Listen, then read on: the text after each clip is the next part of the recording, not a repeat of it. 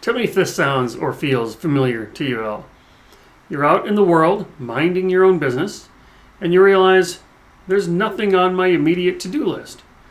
So what happens? You start to think, I don't have anything to do. What am I supposed to do? Now you start to worry a little bit. And that worry can turn into maybe some panic, or there's this feelings of, what am I supposed to do? What is going on right now? And finally you've had enough, and you just declare to the world, I'm so bored. I am disgustingly bored.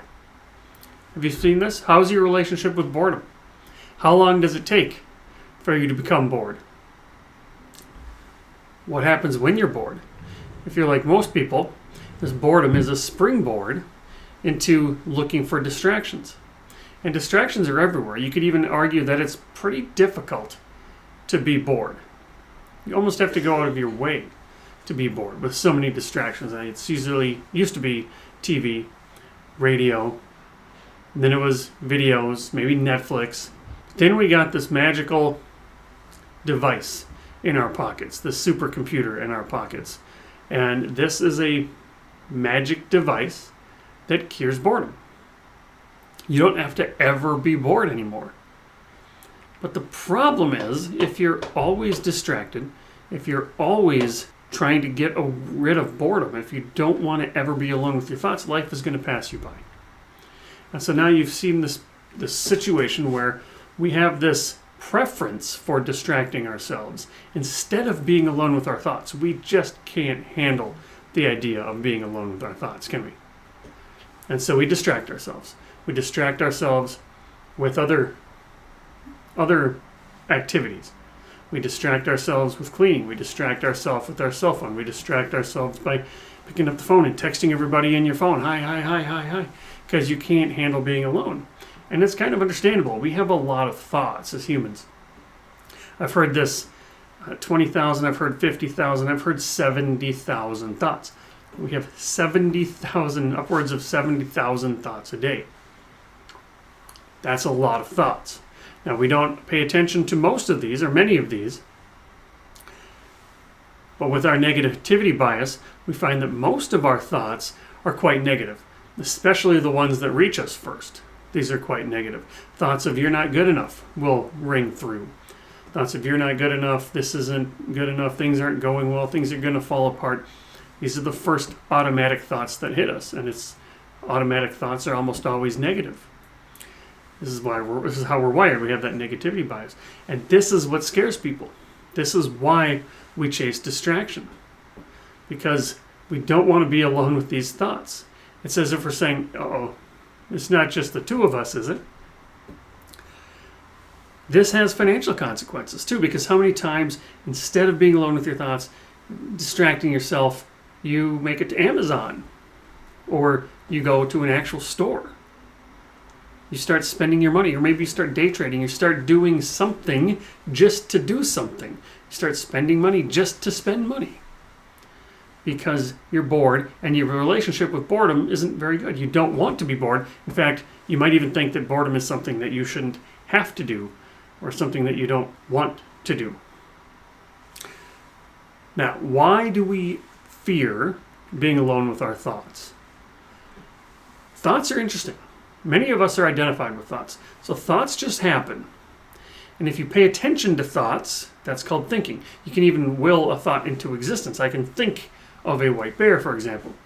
But most of these thoughts just happen on their own. And they'll disappear on their own. But many of us, the default mode is to become identified with the thoughts. Instead of seeing the thought as a thought, we feel like that's part of us, and this inner critic is there, and these negative thoughts are there. And when we pay too much attention to thoughts, we can get wrapped up in the negativity. And when we're paying attention to thoughts, remember, thinking is paying attention to thoughts. So when we're thinking without knowing that we're thinking, or when we're spending attention on our thoughts without knowing that we're doing it, then we can get into this trap where we're identified with these thoughts, and that terrifies us, and that's why we seek out distractions. That's why we go shopping. That's why we go to Amazon. That's why we pick up the phone. We hate being alone with our thoughts because we think that that's somehow bad. Now, there are some cures. You could try a couple of things. Instead of reaching for the phone when you're bored, train yourself to play little games to train your attention. So you might, and you can make anything up. I'll just give you a few examples here, but think of a few examples, or think of a game like, would I wear that shirt? So you're going to have to pay attention to shirts people are wearing and ask yourself, would I wear that shirt? Or, would I wear those shoes? Would I wear whatever? You might play a game called, I'm going to notice everything red. I'm going to look for security cameras. I'm going to try to find 6 breeds of dog. Whatever, it doesn't matter. You can play a game with people. Did you notice what kind of socks, what color socks our waiter was wearing, for example? These are ways to train your attention, to always train your attention, because when your attention has something to fixate on, when you have something to pay attention to, you don't have anything to distract yourself from. You don't have to be bored. Now, if you want advanced attention training, you can think about mindfulness meditation. Now, with mindfulness meditation, you pick an anchor. An anchor is just an object of meditation. This is something that you pay attention to. It's almost always the breath, because the breath is always with us, but it doesn't need to be the breath. It's just something that you pay attention to. This is the anchor. So now you have this breath that you're paying attention to. You're paying attention to your breath. And you'll notice, as you're doing this, that thoughts will arise. And that's okay. As soon as you see that you've started thinking without knowing you're thinking, or you're lost in thought, you gently bring your attention back to that anchor. And by doing this, you now observe thoughts. You're not identified with these thoughts.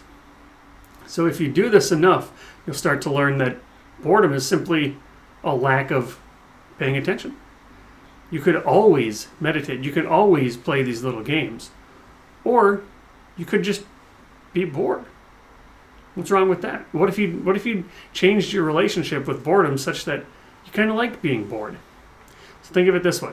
You've seen this before. If you've seen anything that I do. Stimulus and action. When these two are too close to each other, that's impulsive.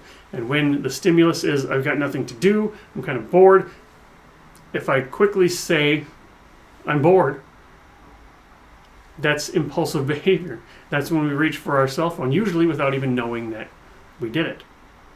Now instead, mindful choice happens when you can separate stimulus and action, when you can grow the space between stimulus and response. And you might even ask yourself, what does it feel like to be bored? Right, so instead of paying attention to your breath, now you can pay attention to what it feels like to be bored. In other words, how would you know you're bored? How would you describe boredom to somebody else? And if you can start doing that, you'll never be bored again. Greetings, Derek again. Thank you so much for watching. If you want to learn more, please head to meaning.blog, and there you can learn about all things related to money and mindset and purpose and meaning. And you'll be able to find out how we might be able to work together. You'll find more articles. You'll find links to videos. You'll find online courses, all kinds of things to get you going on your journey towards living more intentionally.